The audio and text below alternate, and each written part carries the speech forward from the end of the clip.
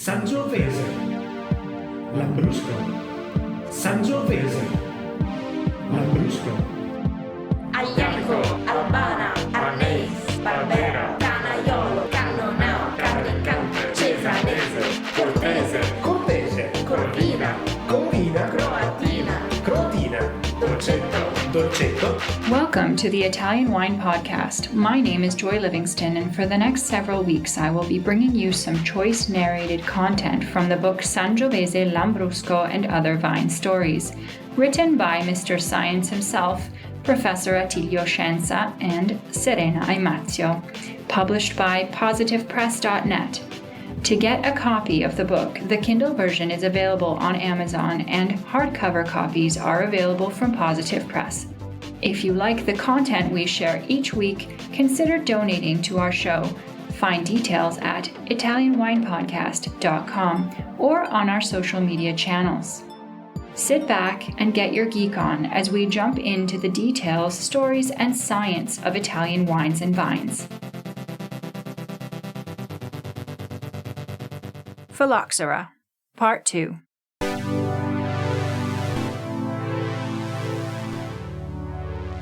You break it, you buy it. At this point, what happened has become evident and finally accepted. However, the solution remains unknown. This is also because in Phylloxera's native land, this bug does not cause more than some discomfort to the plant. It does not prevent it from living or being productive. A long co-evolution had taught the vine to defend itself. The beast had only caused a small intolerable discomfort. So, we had imported the problem from the American continent, but apparently there was no ammunition against it. Hemp, lupine, castor oil, stramonium, Madia elegans, chamomile, coriander, tobacco, belladonna, Brassica rapa campestris, pyrethrum, various euphorbias, artemisia, saponaria, valerian, balsamina, garlic. These and other plants were sown under the vines because it was believed that their poisonous properties could kill, evacuate, or imprison the insect. Physical and mechanical remedies consisted of covering up the vines around the roots, but the cost and difficulties of this operation were too high. Then they tried covering the ground surface of the plant with pebbles, both for applying more pressure to the soil and for preventing the passage of the insect from the roots to the stem. To get the same results, it was decided to spread tar or viscous substances over the feet of the vines. But all the practices were practically abandoned, as opposed to the flooding of the vineyards. In the winter period, the fields were submerged for 2 or 3 months in order to kill all the Phylloxera specimens present both in the soil and on the strains. But the cost to do this was high, and the presence of water did not allow the passage of man and animals between the rows of vines. Despite some success, the strategy was shelved. In the end, chemical treatments also arrived on the scene. Turpentine, oil, mercurial salts, phenic acid, arsenic, and carbon sulfide were used abundantly until people realized that these measures were far more harmful on the vigneron than on the insect.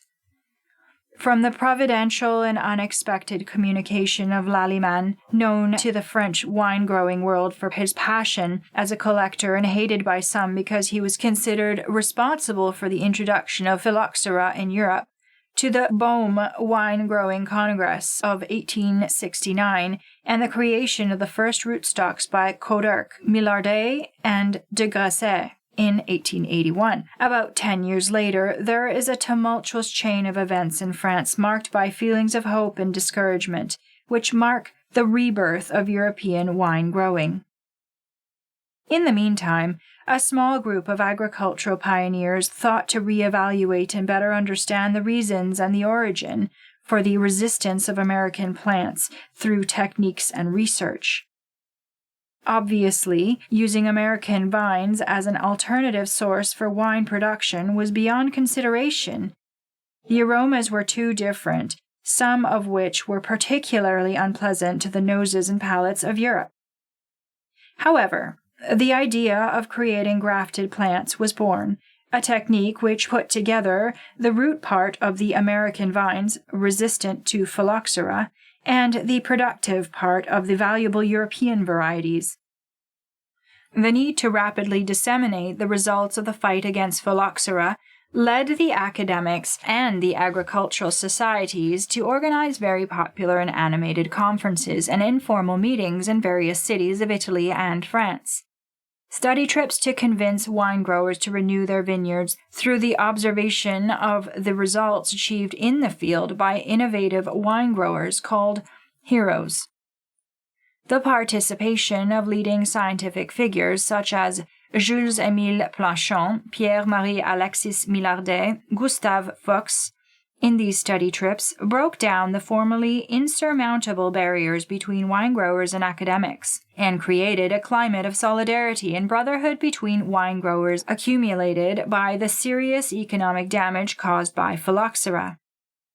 Another new phenomenon was making the rounds in the agricultural world in those years: the printing and distribution of publications and newspapers, with very explicit titles such as La Phylloxera, L'Innesto, The Graft, Le Viti Americani, American Vines, La Rivista di Viticoltura, Viticultural Magazine, and so on, to cite only the Italian ones.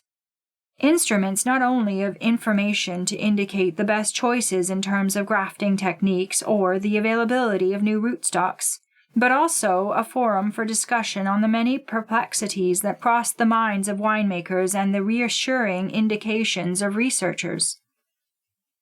It is estimated that between 1868 and 1900, about 1,500 articles and books dealing with Phylloxera were published in Europe. The role of this specialized press was also to recompose the gap that had been created between wine growers and technicians on the strategies to be adopted to combat the epidemic. In the years of uncertainty about the decisions to be taken, two parties clashed in the fight against Phylloxera: the so-called Americans in favor of grafting and the sulfurists who supported the use of insecticides, carbon sulfide and potassium sulfocarbonate. The dispute was fierce, especially in France, starting from the theories that Lucien Daniel expressed in 1902 on the coalescence of liquids as a result of the so-called specific variations of grafted vines and the consequent contamination of the European vine sap, and therefore of the wine, by American blood. History repeats itself to present day, albeit with other arguments in defense of natural or biodynamic viticulture. The worst thing, however, was that using grafted plants meant rebuilding the entire French vineyard system from scratch, plowing through vineyards that were sometimes centuries old. It was only in 1879, thanks to the efforts and the perseverance of some scholars, including Victor Pouliat, that the French government recognized the creation of rootstocks as one of the three remedies, along with sulfidation and flooding, to combat Phylloxera. Once the initial skepticism began to diminish, it was also understood that the new technology was accompanied by a series of drawbacks linked to the lack of experimental research. It became clear that some plants worked better than others, probably because in the areas of origin the soils and climates were more akin to those in France. Improvements in scientific knowledge and the development of increasingly precise and refined techniques increased the hectares in which reconstruction was carried out, from 8,904 in 17 departments in 1881 to 299,801 in 44 departments in 1899. The areas where Phylloxera had arrived first welcomed the new technique with greater enthusiasm, while sulfur and flooding remained en vogue for a long time in Burgundy and the Bordeaux area. French and European viticulture slowly began to recover, but the blow had been heavy. In Cognac, it had gone from 280,000 hectares planted with vines in 1865 to 40,000 in 1893, and then returned to 70,000 in 1928, with several of the old vineyards converted, in the meantime, to fallow land. Many peasants had emigrated to Algeria, Argentina, and Chile. Others moved to urban areas which required a continuous low-cost workforce. Whole villages remained deserted. The grafted vines, however, were the example of a new viticulture, and the techniques that developed in France spread in agricultural schools all over the world. Thus far, we have talked about France, where it all began. But how did Italy fare? In Italy, in 1879, many people thought that the beast was raging in France, Austria, and Switzerland, and that they would save their local vineyards thanks to the type of local farming they employed. For the most part, this entailed a more distant distribution of plants and a mixed cultivation, one that did not facilitate the movement of the insects, compared to that of specialized plants that were widespread at the time in France. To complicate the Phylloxera lifespan, they also created the frequent presence of channels that marked the boundaries between vineyards, physically isolating the plots of land planted with vines from each other. All this optimism, however, was very short-lived. In 1879, the first Italian case of an affected vineyard was reported. To be precise, in Val Madrera, not far from Lecco. Soon it would strike Porto Maurizio, Imperia, and various other places in Sicily. 16 years later, Phylloxera had now become present in 27 Italian provinces and destroyed 100,000 hectares, with another 75,000 hit hard. Sicily was the region most in difficulty, followed by Sardinia, Calabria, Tuscany, the island of Elba, Liguria, Lombardy, Lecco and Bergamo, and Piemonte in Palanza. However, Phylloxera reached the lighter volcanic soils more slowly, where it had difficulty moving.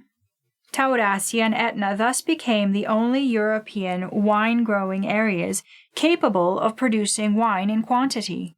This was a very favorable situation from an economic point of view, since a large part of their production was sent to France. Unfortunately, the vine growers believed that the insect would never come to them and renewed the plantings of the vineyards without the rootstock. A few years later, these would also be destroyed. It is thought that the infection came from France, despite the strict prevention measures. Although it should be said that in Italy, the variety York Madeira had been grown in Lombardy for at least 50 years, and Isabella had arrived in Varese immediately after the outbreak of powdery mildew, just before the arrival of Phylloxera.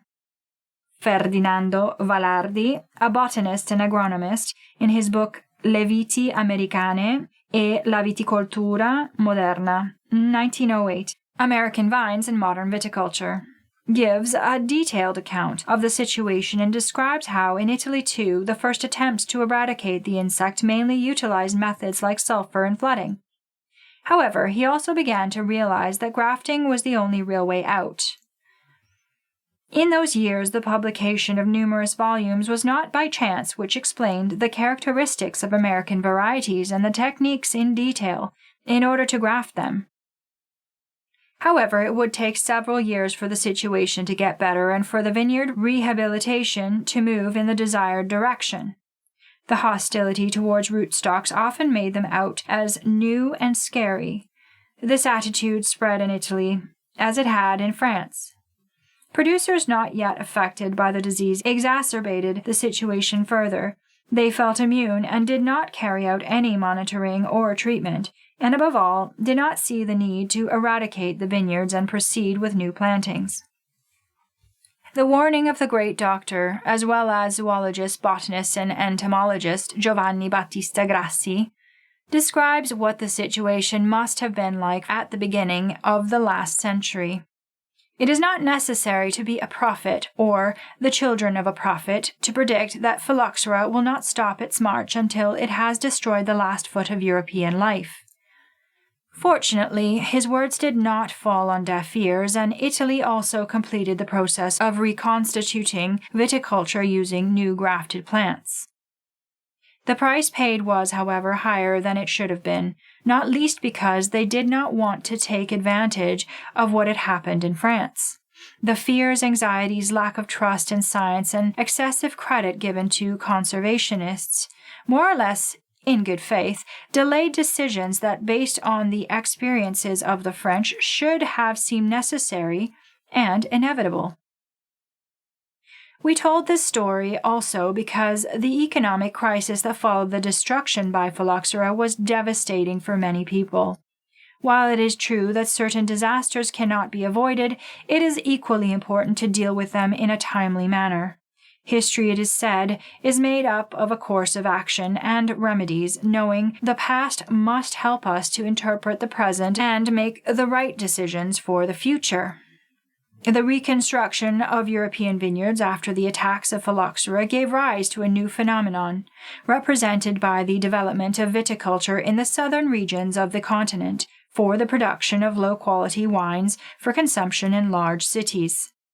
This passage was favored by the creation in the second half of the 19th century of a railway network that succeeded in connecting the cities of the north with wine-growing areas of the south. For the first time since Domitian's edict of 92 AD, Europe had to face the social as well as economic consequences of the crisis with periods of total absence of grapes. The new post-Phylloxera plants required a few years to be productive, followed by periods of overproduction and relative devaluation of the selling price of wine, triggered by the simultaneous entry into production of all the reconstructed and replanted vineyards. Add to this climatic conditions, ones that were favorable to the ripening and production of grapes. These alternations led to an increase in production of 40% compared with the previous year, triggering a vignerons' revolt in the south of France. The growing expansion of viticulture in the countries of the New World contributed to the crises due to excess supply and low demand. European powers favored their own colonies.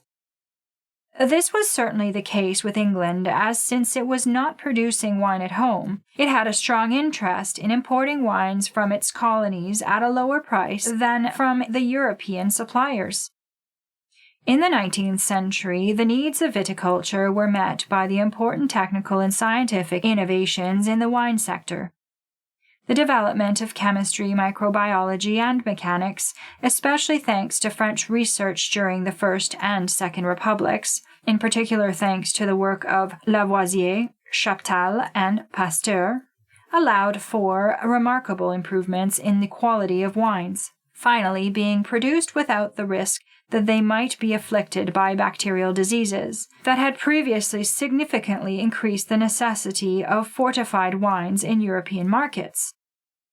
All this allowed them to improve the storage capabilities and to better manage supply and demand by diluting wines on successive years, without compromising the value of the productions in the particularly favorable years or in the new vineyards.